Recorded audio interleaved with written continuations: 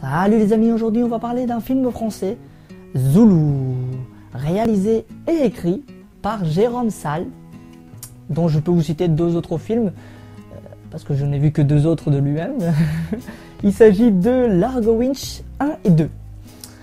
Et d'ailleurs, en pensant comme ça tout de suite, quand j'y réfléchis un peu, ils se ressemblent beaucoup dans ce qui est dans le genre cinématographique, ils se ressemblent beaucoup. Il y a des enquêtes, il y a de l'action, il y a toujours quelque chose à résoudre dans ces films-là. Donc c'est vrai que Largo Winch, on peut faire le rapprochement entre Largo Winch et Zoulou. Mais bref, c'est pas le but de cette vidéo évidemment, vous l'aurez compris. Zoulou c'est quoi? C'est un film de genre policier. Donc le but sera de résoudre une enquête. Franchement c'est un très bon film. Pour la petite anecdote, c'était même pas prévu que j'aille le voir ce film. Ou en tout cas pas maintenant. C'était pas, c'était pas dans ma liste des indispensables à voir. J'étais allé voir Carrie et puis je sais pas, il apparaissait pas dans le cinéma, donc soit je m'étais trompé de cinéma, soit j'avais mal lu sur Allociné. Mais il s'avère qu'il n'était pas à l'affiche dans ce cinéma où j'étais allé, donc la flemme de prendre un autre cinéma. Du coup j'ai pris le premier qui correspondait au mieux à l'horaire auquel j'étais arrivé dans le cinéma. Donc il s'avère que voilà, Zoulou était le plus proche, il était à 2 minutes. La séance allait commencer dans 2 minutes, donc bon je me suis dit, non, je vais prendre celui-là parce qu'attendre 1 heure en plus pour aller voir un autre film, j'avais aussi un peu la flemme, je suis très flemmard, je sais. Donc je suis allé voir Zoulou et ma foi, je ne regrette pas du tout, j'ai passé un très très bon moment.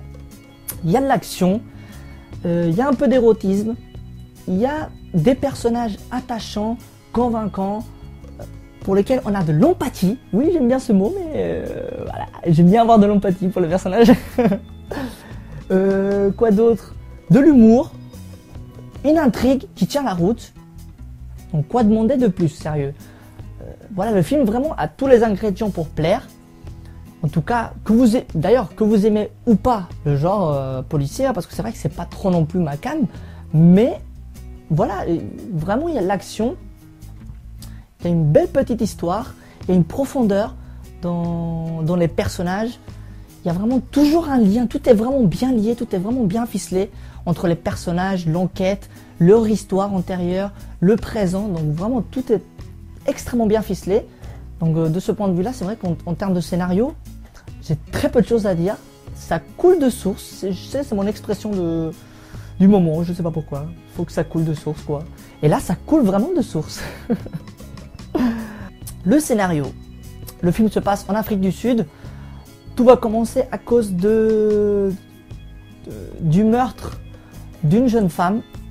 Donc 2 policiers vont partir enquêter sur ce meurtre.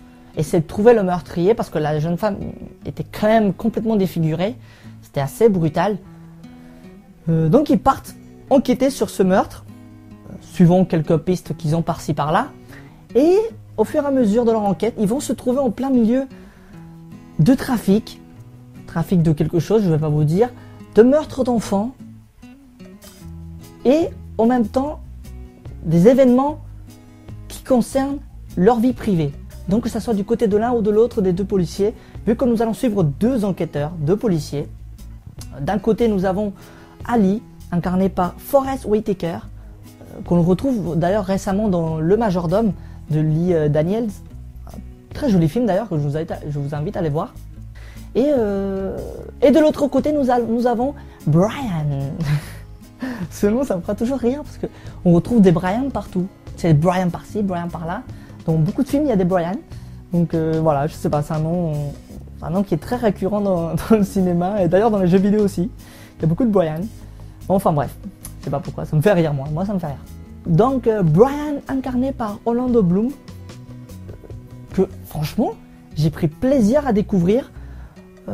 Pour une fois qu'il joue un rôle qui a de la profondeur, pour une fois qu'il joue un personnage qui n'est plus superficiel comme tous les autres films, ou en tout cas dans beaucoup d'autres films dans lesquels il a pu jouer, notamment Pirates de Caraïbes. Bon, le personnage qu'il joue, je me souviens même plus comment il s'appelle, Je ne sais même plus comment il s'appelle alors que j'adore cette franchise pour vous dire les noms. Et je l'avais pas noté, j'aurais dû le noter ce nom. C'était pas prévu que je parle de ça, c'est pour ça. Bref, voilà, les personnages de Pirates des Caraïbes, les trois mousquetaires aussi dont on les trouve, c'est toujours des personnages qui sont attachants, drôles, mais qui n'ont pas une profondeur dans le jeu d'acteur, qui n'ont, en termes de jeu d'acteur, n'ont aucun intérêt. C'est toujours un peu les mêmes, quoi. Voilà, il fait son taf dans ces films-là, mais pour une fois qu'on le retrouve dans la peau d'un vrai personnage qui a une vraie profondeur, qui a une vraie histoire, qui a un vrai intérêt, quoi, et qui joue à fond, franchement, ça fait plaisir de le voir comme ça, de le voir dans un personnage comme ça. Et voilà, vraiment, c'est incroyable de le découvrir comme ça. On se dit en fin de compte, voilà, c'est un bon acteur, parce que dans les autres films, on peut pas vraiment juger, quoi. Le personnage n'a pas suffisamment de relief pour qu'on dise oui ou non, il joue bien. Alors que là, vraiment, on peut le dire, il joue vraiment bien. En tout cas, ce rôle-là, il le joue vraiment bien. Et j'ai très peu de choses à dire pour le jeu d'acteur, à part de signaler réellement que là, c'est intéressant pour une fois qu'il joue un personnage intéressant. C'est intéressant de le signaler. Et je sais, il y a beaucoup d'intéressants, mais c'est très intéressant, tout ça. Donc voilà, deux policiers, un duo classique de vous à moi.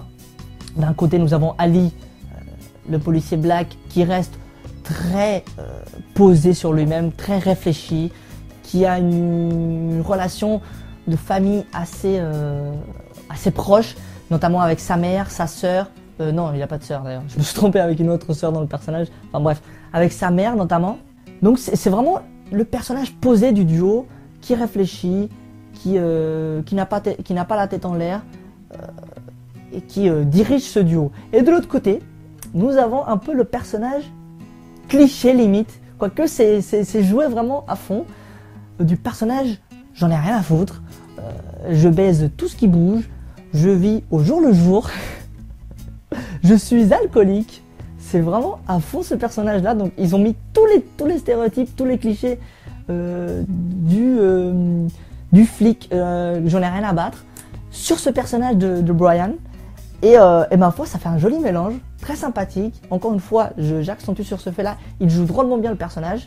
Ça fait un duo assez complémentaire. D'un côté, nous avons les personnages qui apportent beaucoup d'humour du côté de Brian, avec sa famille, sa façon d'aborder les gens, sa façon de j'en ai rien à foutre des gens, enfin voilà, un personnage un peu comme ça. Et de l'autre côté, un personnage qui est un peu plus intentionné, qui est un peu plus de retenue, un peu plus mature peut-être aussi, c'est peut-être aussi ça qui joue. Donc voilà, c'est vraiment intéressant de voir l'évolution de ces deux personnages, en tout cas de voir évoluer cette enquête et cette histoire par rapport à ces deux personnages qui vont se voir impliqués, comme je vous l'ai dit au début, très personnellement impliqués dans cette enquête. Donc voilà une enquête qui va vraiment partir en cacahuète alors que ça partait d'un simple meurtre, et ça va prendre des ampleurs qui vont les impliquer, ces deux enquêteurs, et essentiellement Ali, pour des raisons qui concernent son passé. Donc ça va le toucher et il va vraiment avoir aucune pitié vers la fin du film. D'ailleurs ça se voit vers la fin, il en a rien à faire. Alors que d'habitude il était plus dans la retenue, on est calme, on fait ça, voilà, bim bim. Bah, à la fin il pète un câble. Il veut vraiment pas du tout lâcher cette affaire et pas du tout les laisser partir les responsables de cette enquête et de ce truc là. Voilà un petit peu l'histoire, voilà un petit peu comment ça va se passer, voilà un peu la relation des deux personnages. Un film très intéressant, très touchant, vraiment très touchant, bien réalisé. J'ai pas grand chose à dire en fait, parce que le film est très joli, très bien foutu. Au niveau du scénario, voilà, ça, comme je vous l'ai dit au début, ça coule de source, je le répète au cas où. Donc voilà quoi, c'est vraiment très bien. J'ai quand même deux petits trucs à signaler, en tout cas que je trouve important de signaler. C'est un film qui est quand même assez violent. Enfin, il va pas par quatre chemins quoi. Par exemple, à un moment dans le film, il coupe une main. C'est gore quoi. C'est pas genre il nous montre qu'il va couper la main et puis paf, après on nous montre le mec qui crie en dehors du cadre et tout ça. C'est faisable, ça peut se faire dans la mise en scène, mais là il nous montre clairement les choses. On va pas quatre chemins dans ce film, donc vraiment c'est un film violent, c'est un film qui veut montrer que réellement ça peut être violent dans ces coins-là de l'Afrique du Sud. Ça peut être très très violent. Et que des enquêtes peuvent vraiment être des choses assez choquantes pour les enquêteurs et pour tous ceux qui entourent les autres. Donc voilà, c'est vraiment quelque chose pour mettre en avant le côté un peu gore de ce métier de policier et d'enquêteur. Comme quoi c'est pas toujours évident. Et dans la vie, des fois on passe pas par quatre chemins. Si on te coupe une main, bah, on te la coupe quoi, et on la voit vraiment saigner et tout ça. Donc voilà, on nous montre la réalité telle qu'elle est quoi. Donc, âme sensible, s'abstenir. Bon, ça reste juste quelques moments dans le film où c'est vraiment gore, sinon ça reste relativement correct. Il y a une belle tension qui s'installe tout le long du film, notamment grâce à la musique, dont je ne sais plus qui est le compositeur, vous m'excuserez. Mais voilà, la musique est vraiment présente, contribue à cette tension permanente dans le film. Voilà, la dernière partie du film, il y a une tension, mais en fait, elle retombe pas. C'est vraiment la tension permanente, elle ne fait que monter, que monter, que monter. Mais vraiment, jusqu'au climax, c'est impressionnant. On se dit, mais quand est-ce qu'elle va retomber la tension? C'est vraiment bien foutu, bien ficelé tout ça.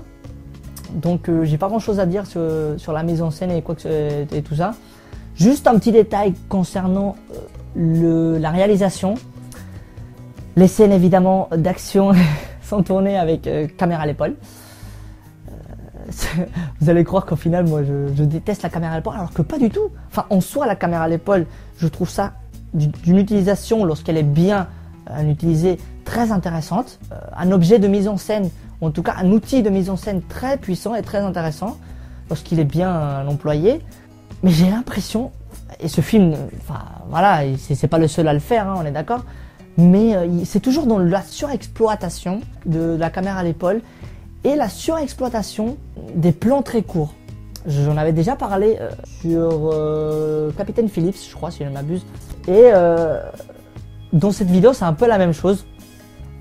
C'est-à-dire que dans ce film, il y a beaucoup de plans où oh là, ça va tellement vite que l'image est dégueulasse à chaque fois. Je sais, certes, ça rajoute un petit peu d'immersion dans le film. On est d'accord, il n'y a pas de souci. Mais n'empêche que l'image est dégueulasse quoi. Ça bouge tellement, ça va tellement vite, les plans s'enchaînent à une vitesse fulgurante on distingue rien. Donc arrêtez de faire des plans comme ça. Enfin voilà, heureusement ça va assez vite, ça s'enchaîne assez vite. Ça dure que quelques secondes, mais c'est des secondes de trop en fait.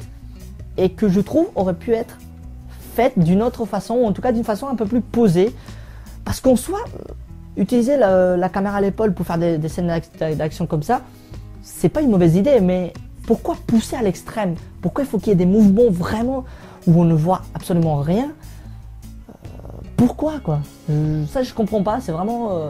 et pourtant il n'y a pas que Jérôme Salle qui l'utilise dans son film là. Beaucoup de réalisateurs abusent de cet outil qui est la caméra à l'épaule, ou de cette façon de filmer plutôt. Un outil, ça peut être un outil, mais bon, c'est une façon de filmer. Sinon pour le reste, c'est vraiment, on a des plans très très jolis.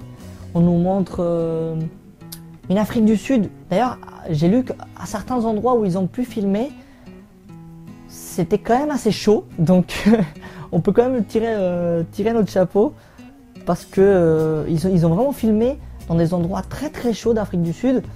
Et d'ailleurs, il y a même des acteurs du film qui étaient des vrais trafiquants et qui étaient d'ailleurs accompagnés par quelqu'un, et après le tournage étaient raccompagnés par quelqu'un dans leur centre de détention ou des choses comme ça. Donc quand même, ils sont vraiment impliqués dans la chose, ils voulaient vraiment apporter un côté assez réaliste au film. Et c'est vraiment bien foutu. Les scènes d'action sont vraiment bien foutues. Les scènes d'enquête où le suspense est vraiment bien gardé.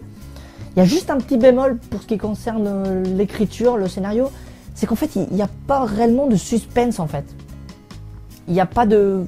En tout cas, il n'y a pas de bouleversement dans le scénario. Il n'y a pas un moment où on se dit « Tiens, c'était pas lui le méchant, c'était lui le méchant ». Vous voyez, où on n'est pas surpris. Il n'y a pas de réel moment où on est surpris dans le film. Et pour un film policier comme ça, d'enquête et tout ça, j'aurais préféré vraiment avoir un moment où on soit surpris, où on soit limite choqué par la trahison de tel ou tel personnage. Malheureusement, on l'a pas eu. Bon, c'est juste un petit détail, ça passe quand même relativement bien. Donc il n'y a pas de souci à se faire là-dessus.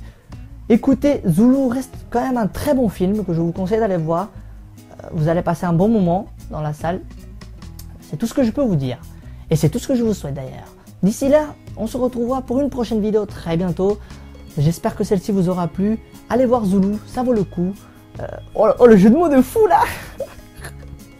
Allez voir Zulu et à la prochaine.